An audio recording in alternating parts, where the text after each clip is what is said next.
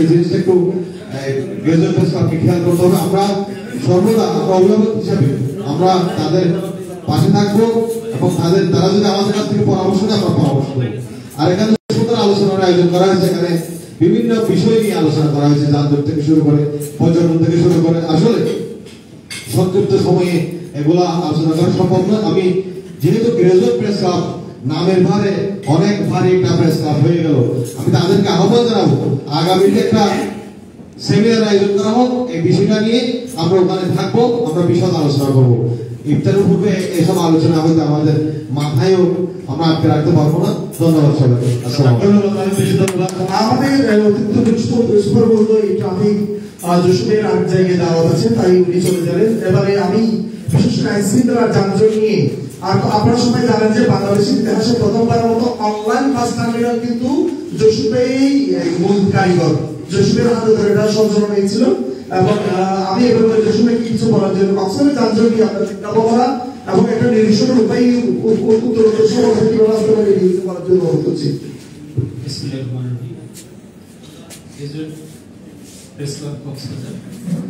আজকের এই সুন্দর আয়োজনে উপস্থিত সাবেক সম্মানিত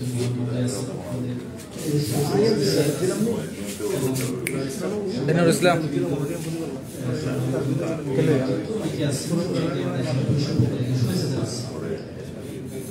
আমি যেখানে যাই এই বিষয়টা প্রসঙ্গটা অবধারিত ভাবে আসে যে যানজট ব্যবস্থাপনা, কারণ এগুলো এই কক্সবাজারের সমস্যা না, এটা পুরো দেশের সমস্যা। এটা শুধু দেশের সমস্যা না, এটা বৈশ্বিক সমস্যা। আপনারা জানেন যে নিউ ইয়র্কে সম্প্রতি একটা কনসেশন ফি নামে একটা জিনিস চালু হয়েছে, যে নিউ ইয়র্কে যানজট নিরসন করতে না পেরে কিছু নির্দিষ্ট এরিয়ায় ওই রুটে যদি ওই সড়কে যদি পাস করতে তাকে এক্সট্রা ফি দিতে হবে। যেমন আমরা ফ্লাইওভার উঠলে ব্রিজ উঠলে যেরকম করে দিই সেরকম এক্সট্রা ফি দিতে হবে। এটা কনসেশন ফি নামে আমরা চালু করেছেন। তার দেখা দেখে দিল্লি, মালয়েশিয়া, পেনাং শহর থেকে আরো অনেক জায়গায় চালু হয়েছে। এমনকি দুবাই শহরে যেখানে যানজট, মানে ওনারা টেকনোলজির সর্বোচ্চ প্রয়োগ করেও দেখতেছেন যে ভায়োলেশন হচ্ছে, যানজট কমছে না। তারা আইডিয়া হান্টিং করতেছে, যে স্কলারশিপটা ঘোষণা করছে যে 20 থেকে 30 বছরের বয়সী যে স্টুডেন্ট, এরকম একটা যোগ্যতা সম্পন্ন স্টুডেন্ট বা পড়াশোনা করা কেউ যদি এই আইডিয়া দেয় যে যানজট নিরসনে টেকনোলজিকে কিভাবে ইউজ করা যায়, কি আইডিয়া প্রয়োগ করে যানজট নিরসন করা যায়, আমি তাদেরকে স্কলারশিপ ঘোষণা করছি। এই দিক দিয়ে এই তাহলে বাংলাদেশের ঢাকা শহরে যে সিচুয়েশন আপনারা দেখেন, তো এবং কক্সবাজারও তার ব্যতিক্রম না। কক্সবাজারের সিচুয়েশন বাংলাদেশের অন্যান্য শহরের চেয়ে অনেক ভালো আছে। যারা কুমিল্লা বাড়ি তারা চিন্তা করবেন, কুমিল্লা না করছে। এখানে এই একটা শহরের যানজট ব্যবস্থাপনার জন্য শহরের কর্তৃপক্ষ হচ্ছে পৌরসভা, ঢাকা শহরের কর্তৃপক্ষ হচ্ছে আমাদের সিটি কর্পোরেশন। পৌরসভার এখানে একটি রোল প্লে করা দরকার এবং তাদের পরিচিতি থাকা দরকার।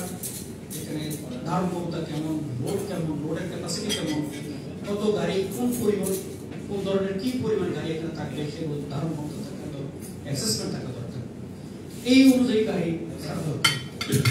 এখানে ট্রাফিক পুলিশ এবং আমাদের চট্টগ্রাম সিটি কর্পোরেশনের সম্প্রতি ট্রাফিক ডিভিশন এবং সিটি কর্পোরেশন একটা এমইউ সাইন করছে, তারা পরস্পরকে সহযোগিতা করবে।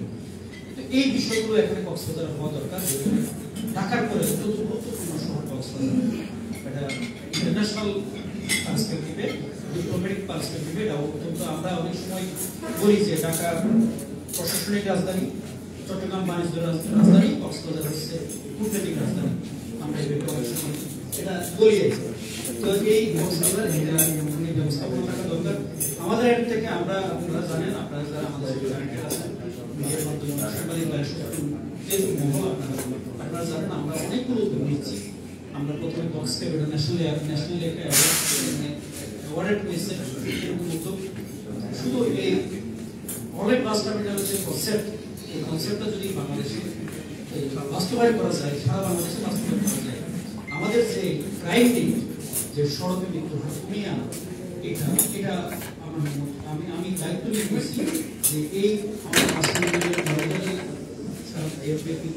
করা যায় তাহলে সড়ক বিদ্যুৎ হবে কমে আসবে, অনেক অংশ কমে আসবে। যেমন আমরা একটা উদাহরণ দিই যে আমরা শুধু সড়ক দুর্ঘটনার 7টা ফ্যাক্টর কাজ করে, চালক, যানবাহন, সড়ক এবং ব্যবহারকারী।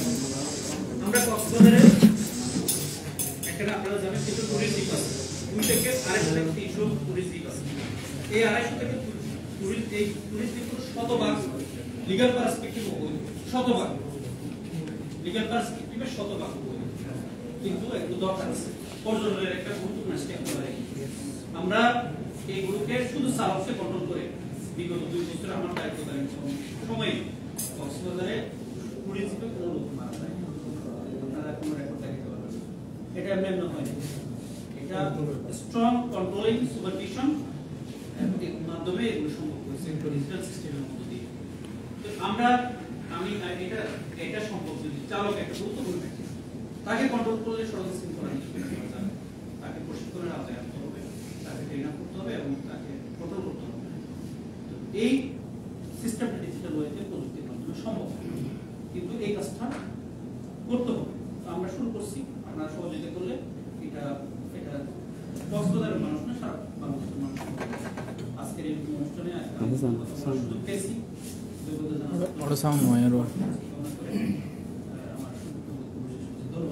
অনেক অনেক ধন্যবাদ জুসুম ভাই। আমাদের হয়তো আজকে প্রশ্ন দেওয়ার সময় নেই, এটা আমাদের অনেক রাজনীতিবিদ অনেক সুশীল সমাজ আছে যারা আপনার কাছে কিছু প্রশ্ন ছিল হয়তো আজকে সময় ইরফান ভাই পারছেন না।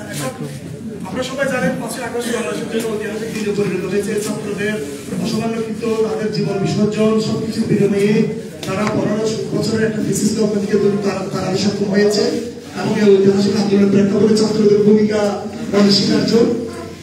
তাই সুশীল সমাজে ছাত্রদের ভূমিকা নিয়ে, বিশেষ করে সুশাসন স্থিতিতে ছাত্রদের ভূমিকা নিয়ে বক্তৃতা দেওয়ার জন্য আমি অনুরোধ করছি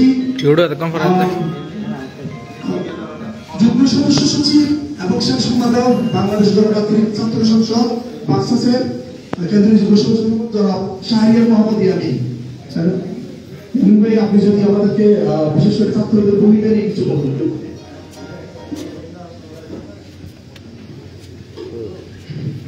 বিসমিল্লাহির রহমানির রহিম। আসলে এমন একটা খুব আনন্দঘন মুহূর্তে আমরা ইফতারের ঠিক আগ মুহূর্তে এসে কক্সবাজারের বিশেষ করে খুব পরিচিত মুখগুলা এবং সুশীল সমাজ যাদের মেধা, যাদের মনে হয় আমাদের পলিসি মেকিংয়ে অনেক বড় ধরনের ভূমিকা রাখে।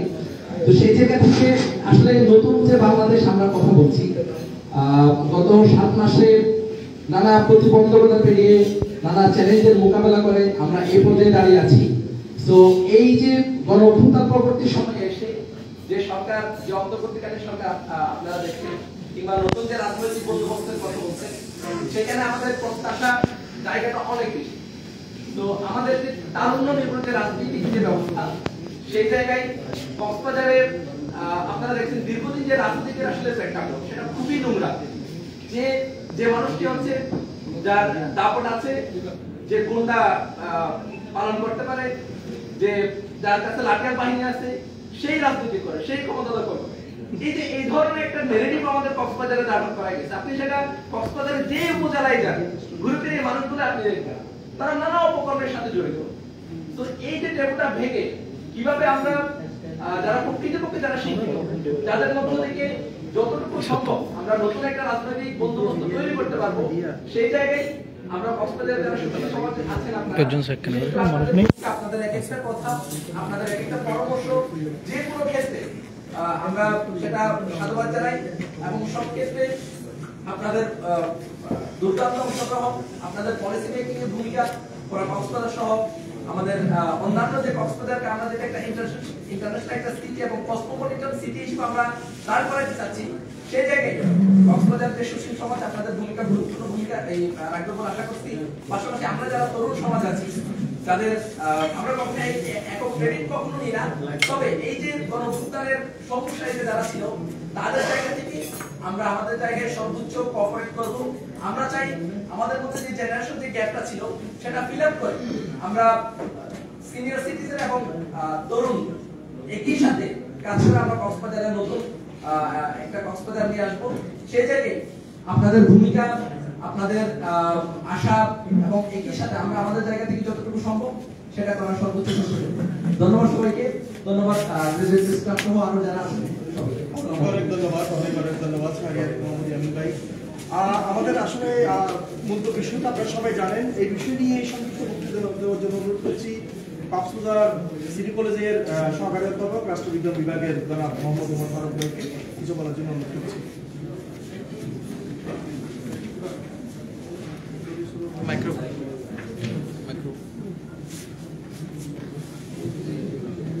বিসমিল্লাহিররহমানিররহিম। গ্র্যাজুয়েট প্রেস ক্লাব কক্সবাজার কর্তৃক আয়োজিত আইন শৃঙ্খলা যানজট এবং সুশাসন নিশ্চিতে সুশীল সমাজের কর্মসূচক আলোচনা ও ইফতার মাহফিলে উপস্থিত রয়েছেন কক্সবাজারের বরেণ্য রাজনীতিবিদগণ, সিভিল সোসাইটির সদস্যগণ, এখানে উপস্থিত রয়েছেন বিভিন্ন প্রথিতযশা সাংবাদিকবৃন্দ এবং গ্র্যাজুয়েট প্রেস ক্লাবের নেতৃবৃন্দ।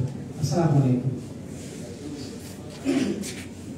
তথ্য প্রযুক্তি এবং বিশ্বায়নের প্রভাবের ফলে আমরা যে পেরিফেরি এবং মেট্রোপলিটনের দূরত্ব দেখি সেই দূরত্ব অনেকখানি ঘুচে গেছে।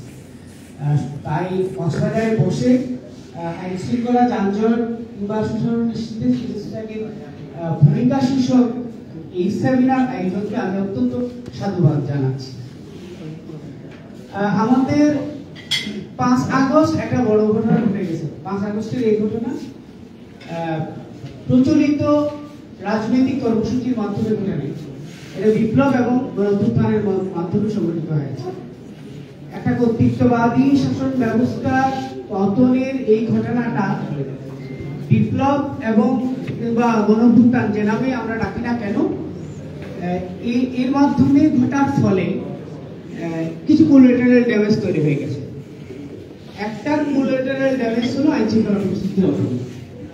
আইনশৃঙ্খলা পরিস্থিতির এই অবনতির নেপথ্যে অনেকগুলো কারণ আছে। একটা কারণ দৃশ্যমান, সেটা হচ্ছে পুলিশ ব্যবস্থায় দীর্ঘদিনের যে দলীয়করণ, এর ফলে ছাত্র জনতা এবং পুলিশের মধ্যকার আস্থা সংকট তৈরি হয়েছে।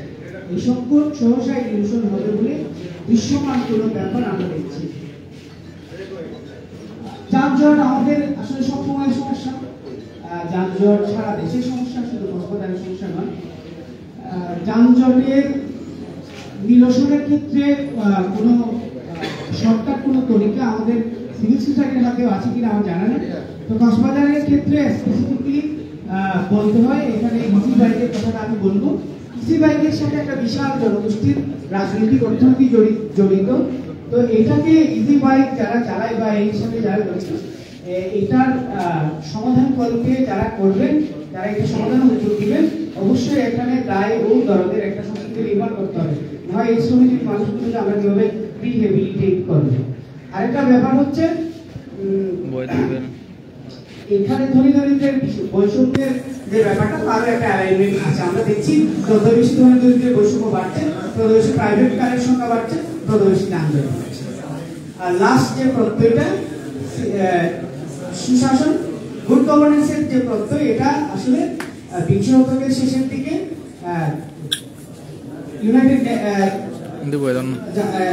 বিশ্ব ব্যাংক বাজারে এনেছে। বিশ্ব ব্যাংক বা ইউএনডিপি সারা পৃথিবী জুড়ে উন্নয়নশীল কিংবা উন্নত দেশগুলোকে উন্নয়ন সহায়তা দেওয়ার জন্য বেশ কিছু প্রি কন্ডিশন সেট করেছে। এই ধরনের একটা প্রি কন্ডিশন হলো গুড গভর্নেন্স। তো গুড গভর্নেন্সের সহজ সংজ্ঞা হলো যেখানে শাসক এবং শাসিতের মধ্যে একটা সুসম্পর্ক বিদ্যমান। তো এই ইউএনডিপি বলেন কিংবা ওয়ার্ল্ড ব্যাংক বলেন, তারা বিভিন্ন ক্রাইটেরিয়া সেট করে এবং এই ক্রাইটেরিয়াগুলোর ভিত্তিতে মেপে আমাদেরকে জানান দেয় যে কি পরিমাণ সুশাসন একটা দেশে রয়েছে বা একটা দেশ কি পরিমাণ দুর্নীতিগ্রস্ত। তো এগুলোর অনেকগুলো ক্রাইটেরিয়া বা ওখানে আমরা বলা যায় সংক্ষেপে যদি বলি, এখানে আইনি শাসন, এখানে freedom of express, freedom of choice, এখানে বিচার ইত্যাদি রয়েছে। তো এই কথাগুলো আমরা এক বাক্যে বলতে পারি উদারনৈতিক গণতান্ত্রিক দেশে যেগুলো রয়েছে। তা আমরা এই জনগণ, আমাদের মতো জনগণ একটা দেশে এই উদারনৈতিক গণতন্ত্রটা একটা ইউটোপিয়ার মতো মনে হয়, একটা কল্পনা রাজ্যের মতো মনে হয়। তো আমাদের দেশে গণতন্ত্র আছে কিনা, আমাদের দেশে একটা গণতন্ত্র আছে, সেটা কোন ধরনের গণতন্ত্র? সেটা ব্যবসায়ী গণতন্ত্র। ব্যবসায়ী গণতন্ত্র কেমন?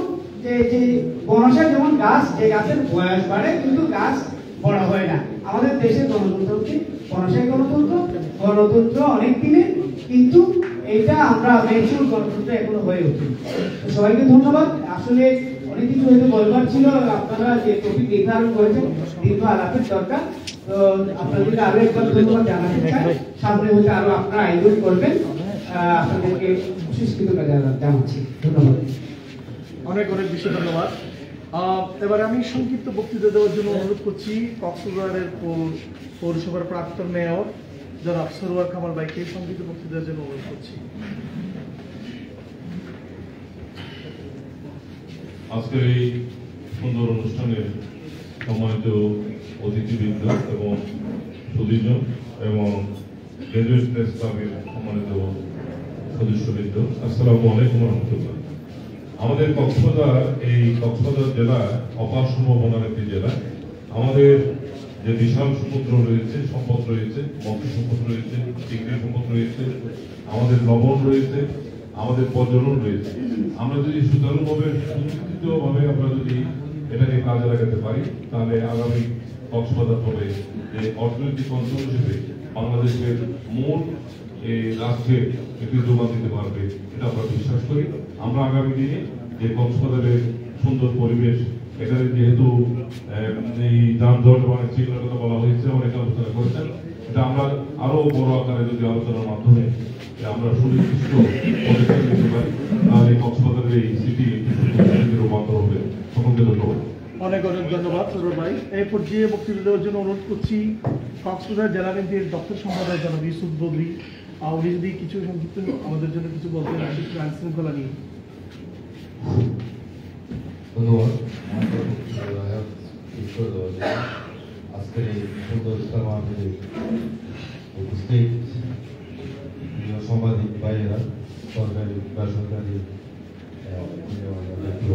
সালাম আলাইকুম। আইন শৃঙ্খলা কক্সবাজার তো একে আমাদের দেশের গল্পের সামনে, এটা এখন ব্র্যান্ডিং একটা কাজ, সারা ওয়ার্ল্ডের একটা সুপরিচিত আছে আন্তর্জাতিক সমাজ হিসাবে। এই সমাজকে আইন শৃঙ্খলা উন্নতি করার জন্য, সম পর্যায়ে রাখার জন্য, যাতে সবার সুযোগ সুবিধা সম্মিলিত আমরা চলাফেরা করতে পারি নিরাপত্তা নিয়ে, এটা শুধু বাংলাদেশ পুলিশ বা কিংবা আইন শৃঙ্খলা বাহিনীর একটা কাজ নয়। একজন নাগরিক হিসেবে, এই পৌরসভার একজন নাগরিক হিসেবে আমার আপনার সকলে পরিবারের সবার দায়িত্ব আছে এই আইন শৃঙ্খলাকে সমুন্নত রাখার জন্য। আজকের এই অনুষ্ঠানে এই আয়োজনের জন্য আমি সবাইকে ধন্যবাদ জানাচ্ছি, কৃতজ্ঞতা জানাচ্ছি। বাংলাদেশ জাতীয় দল বিএনপি কক্সবাজার জেলা শাখার পক্ষ থেকে আবারও ধন্যবাদ সবাইকে। অনেক অনেক ধন্যবাদ। এ পর্যায়ে আমি বক্তৃতা দেওয়ার জন্য অনুরোধ করছি বিশেষ করে কক্সবাজারের পর্যটনের সম্ভাবনা এবং পর্যটনের নিরাপত্তার ব্যাপারে কিছু বলার জন্য অনুরোধ করছি কক্সবাজারের সম্মানিত টুরিস্ট পুলিশের পুলিশ সুপার নিহাত আদনান ভাইওয়ান ভাইকে। আসসালামু আলাইকুম। আজকের এই প্রোগ্রামে প্রথমত আমাকে আমন্ত্রণ জানানোর জন্য অসংখ্য ধন্যবাদ জ্ঞাপন করছি কর্তৃপক্ষকে। সময় যেহেতু বেশি নেই, আমি খুব স্বল্প পরিসরে বলি। আসলে আমাদের ট্যুরিজম সেক্টরের যে পার্টগুলো রয়েছে মানে উন্নতির জন্য, আমাদের তার ভিতরে যেমন অ্যাকোমোডেশন একটা, তারপরে একটা হচ্ছে আমার ফুড, তারপরে অন্যতম একটা হচ্ছে কিন্তু ট্রান্সপোর্টেশন। এই ট্রান্সপোর্টেশনের ভিতরে যে দুটো আমাদের এখানে চলে এসেছে, একটা হচ্ছে যানজট এবং একটা হচ্ছে আইন শৃঙ্খলা। এবং ট্যুরিজমের সাথে এই দুটো বিষয় কিন্তু জড়িত, কারণ টুরিস্টরা যদি কোনো জায়গায় আইন শৃঙ্খলা পরিস্থিতি ভালো না থাকে, সেখানে একবারের জায়গায় দ্বিতীয়বার আসবে না। আর বাংলাদেশের ট্যুরিজম সেক্টরে কক্সবাজারের ভূমিকা আমি বলবো প্রায় 90% উপরে আসলে কক্সবাজারকে দিয়ে বাংলাদেশের ট্যুরিজমটা এখন। এই ট্যুরিজমটা যদি আমরা এই যানজটটা সঠিকভাবে নিরসন করতে না পারি, এখান থেকে কোনোদিনই ট্যুরিজমটা আরো ইন্টারন্যাশনাল মাত্রায় যেতে পারবে না, কিন্তু সেদিকে কিন্তু আমরা ধাবিত হচ্ছি।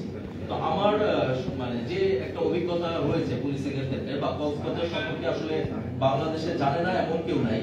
তো কক্সবাজারের পুলিশিংটা বা কক্সবাজারের আইন শৃঙ্খলা পরিস্থিতির আমি যদি মোটা দাগে বলি, অনেক ডেফিনেশন থাকতে পারে যে এই ক্রাইটেরিয়া করলে এটাকে এ জেলা বলবে, এই ক্রাইটেরিয়া করলে এটাকে বি ক্যাটাগরি জেলা বলবে। তো কক্সবাজারকে আমি যে ক্যাটাগরিতেই বলি, কক্সবাজারে বর্তমান যে রোহিঙ্গা ক্যাম্পে 12 লক্ষ প্লাস রোহিঙ্গা রয়েছে, হয়তো আরো বেশি হবে সংখ্যাটা। তারপরে যেটা রয়েছে আমাদের এখানে ইন্টারন্যাশনাল সবচেয়ে বড় সমুদ্র সৈকত, আমরা জানি 120 কিলোমিটার। তারপরে যেটা হচ্ছে যে রোহিঙ্গা সমস্যা, আপনারা জানেন যে গত পরশুদিনই কিন্তু আমাদের মাননীয় প্রধান উপদেষ্টা মহাশয় এবং জাতিসংঘের মহাসচিব মহাশয় এখানে এসেছিলেন এবং সুশীল সমাজের সাথে একটি মিটিং করে গিয়েছেন। তারা বিভিন্ন প্রস্তাবনা উত্থাপন করেছেন। একটু আগে আমাদের সাবেক মেয়র মহোদয় যে কথাগুলো বললেন সেই সমস্ত সেক্টর নিয়ে কথা এখানে এসেছে, যানজট নিয়ে কথাটা তেমন আসে না। তো আমি যাই বলি আসলে এখানে বললে তো অনেক কিছু বলার দরকার হবে, সেই সময়টা এখন নাই।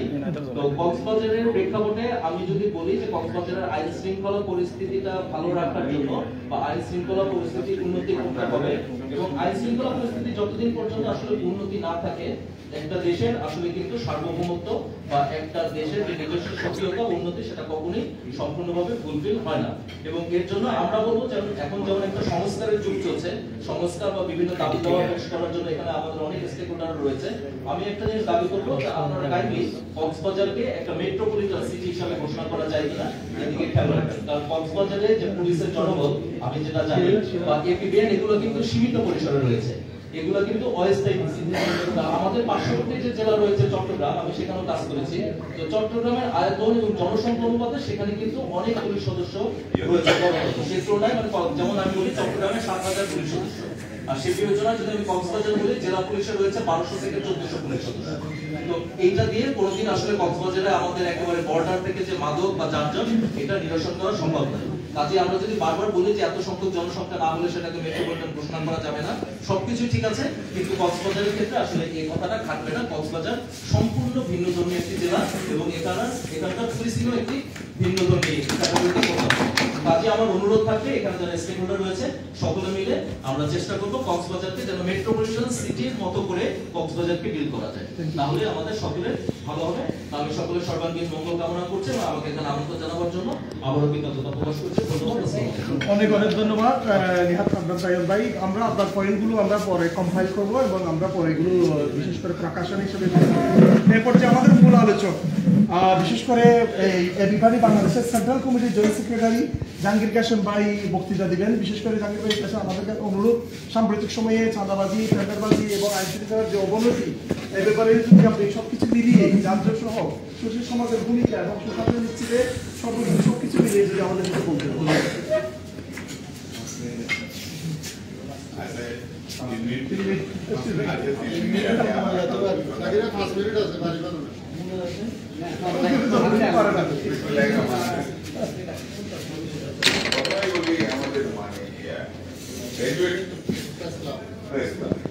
আমাদের নামটা বলো, এটা একটা কোডিং, মানে আমাদের মনে হয় আমাদের এখানে কক্সবাজার প্রেস ক্লাব, কক্সবাজার জেলা প্রেস ক্লাব, তারপরে কি এখন গ্রাজুয়েট, এটা খুবই ভালো জিনিস। কারণ এখন বর্তমান সরকার অথবা যে সাংবাদিকদের সব জায়গায় যে হচ্ছে সংস্কার হচ্ছে, এখানে সংস্কার প্রস্তাব দেওয়া হচ্ছে যে কি সাংবাদিকরা অন্তর্ভুক্ত গ্রাজুয়েট হতো এবং এটা খুবই ভালো জিনিস। আমরা দেখছি যে আমাদের এখানে কক্সবাজার এবং সারা দেশে অষ্টম শ্রেণী, সপ্তম শ্রেণী, নবম শ্রেণী এবং এসএসসি পাস করে নেয় এখন সেগুলো সাংবাদিকতা। যাই হোক, আজকে আমরা একটা কোভিড জায়গায় কোভিড অর্গানাইজেশনে আমরা এখানে দাওয়াত পেলাম, আমাদের সবাইকে ধন্যবাদ। আর কথা হচ্ছে যে সমস্যা নাই, যানজট নিরসনের জন্য যানজট নিরসনের জন্য এবং বাংলাদেশের একটা সংস্কার দরকার। এত কি সংস্কার না করে একটা সংস্কার দরকার আছে, সেটা হচ্ছে যে বাংলাদেশের মানুষকে আইন মানার নিজেদের মধ্যে আইন মানার সংস্কৃতিটা চালু করতে হবে। আমি নিজে যখন আইন মানবো তখন সমস্ত কাজ শেষ হয়ে যাবে। আমি মানতে চলে আজ থেকে আমি অনেক বছর আগে 1985 কেটে গেলাম। এখন তো হুড়ি আছে ব্যাংককে গিয়ে আমরা এয়ারপোর্ট থেকে নেমে স্বাভাবিকভাবে মানে কিছু ইয়ে করতে গিয়ে যে আমি একটা ড্রাইভার সঙ্গে রোডে থেমে মানে ব্রেক করে ও নিজে এসে সে বলল যে এখানে একটা ফেলে আমাকে লজ্জা দিল সে, তাই না?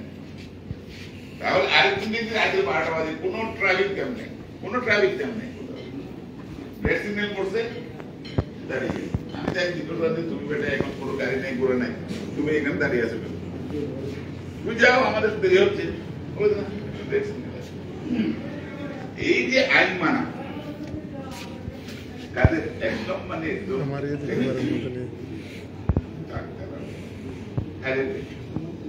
এরা এই জন্য আমাদের পরেশানি হয়েছে, মানে পাকিস্তান বিরোধের। আমি গেছিলাম ওই সময় একটা ট্রেনিং ইয়েতে চিংড়ি, মানে সেমি ইন্টেন্সিভ চিংড়ির উপরে আমরা একটা এফএও ট্রেনিং। ট্রেনিং গিয়ে এক সময় এক ট্রেনার আমাকে বলতেছে, আমাদের বলতেছে ওখানে এই যে চৌধুরী এবং আমি ছিলাম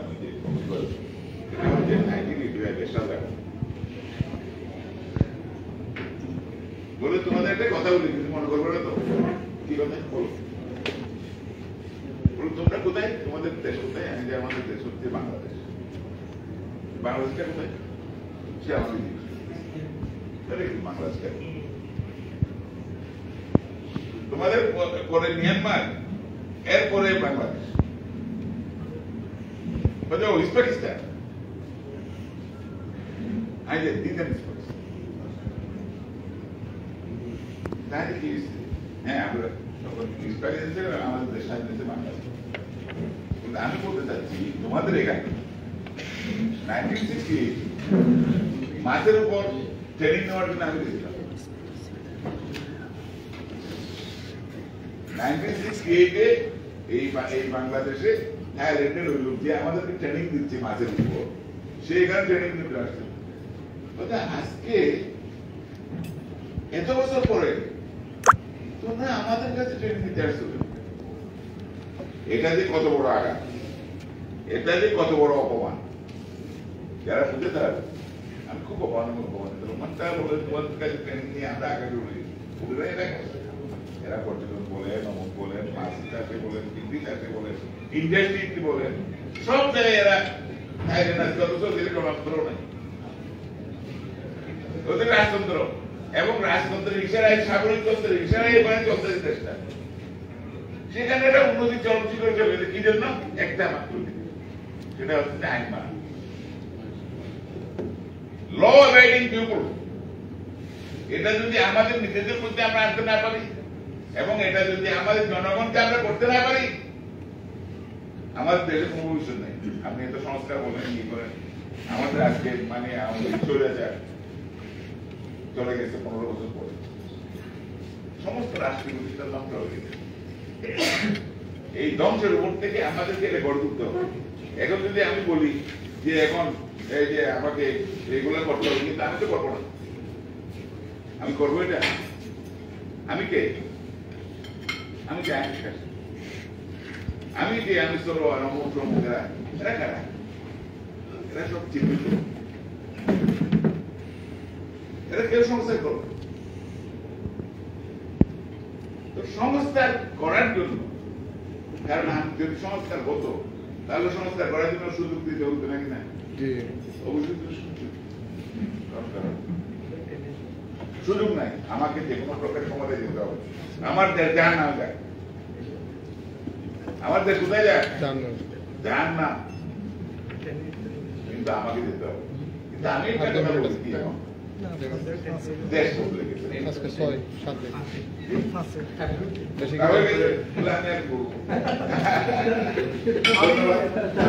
ধন্যবাদ।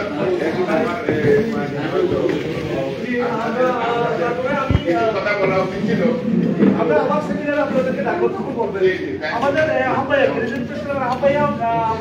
সভাপতি বলে এবং মোনাজাতটা পরিচালনা, আমাদের মধ্যে মোনাজাতেরও আসলে নেই।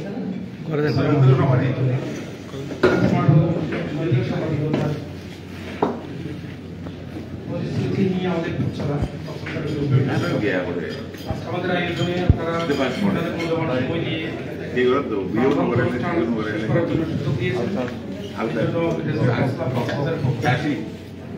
আমি আন্তরিক মোবারকবাদ এবং ধন্যবাদ জানিয়ে আজকের আলোচনা সভা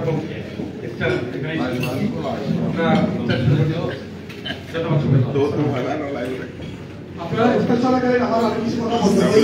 আমাদের কাছে উপস্থিত আছেন, চলে গেছেন নাকি প্রধানমন্ত্রী